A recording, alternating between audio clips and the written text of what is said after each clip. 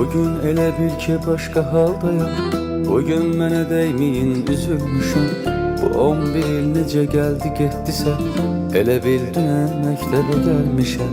Düşür yada o şirin bəhanələr, müəllimə gündəliyim evdə qalır. Dərsə girməmək sonra daha nələr, adam utanır indi yadına salır. Elə bir imkan olaydı əldəki, qaytaraydım geri məktəb illərin.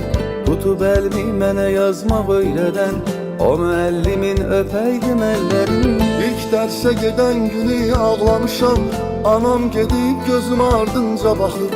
Gülürəm indi mən öz saflığıma, elə bilmişəm məni tək buraxır. O son zəng çaldı, bizi bizdən ayırıb aldı. Beləcə xatirələr qaldı boş sinif otaqlarında.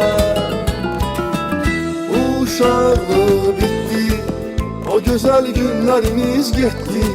Son dəfə səs-küyümüz itdi koridor bucaqlarında.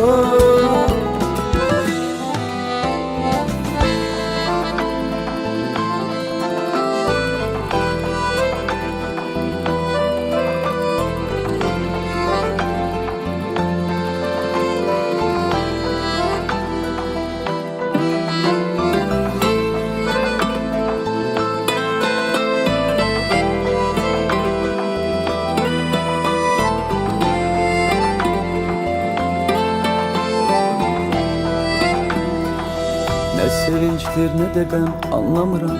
Başqa bir hal verir bu görüntülər.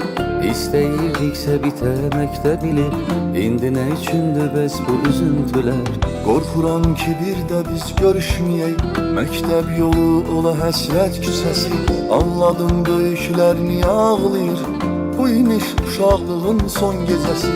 Dərs adı ilə ona zəng eyləmişəm, həyəcandan o qədər tərləmişəm. Mən onun eşqi ilə məndəliyim, cədvəlim bircə bir əzbərləmişəm. Varta yoldaşımdı, yoxdur xəbəri, 11 il verdim ürək almaq üçün. Neçə gün bulku pulun toplamışam, ona bir dəstə çiçək almaq üçün. Uşaqlıq bitdi, o gözəl günlərimiz getdi. Son dəfə səs-küyümüz itdi koridor bucaqlarında. O son zəng çaldı, bizi bizdən ayırıb aldı.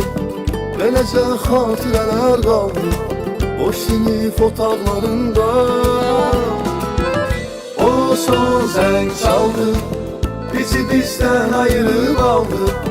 Beləcə xatirələr qaldı boş sinif otaqlarında. Uşaqlıq bitdi, o gözəl günlərimiz getdi. Son dəfə səs-küyümüz itdi koridor bucaqlarında. Uşaqlıq bitdi. Ben yine tebrik ederim sizi. Can sağ olun.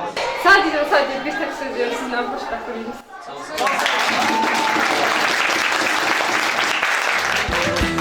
Uşaqlıq bitdi.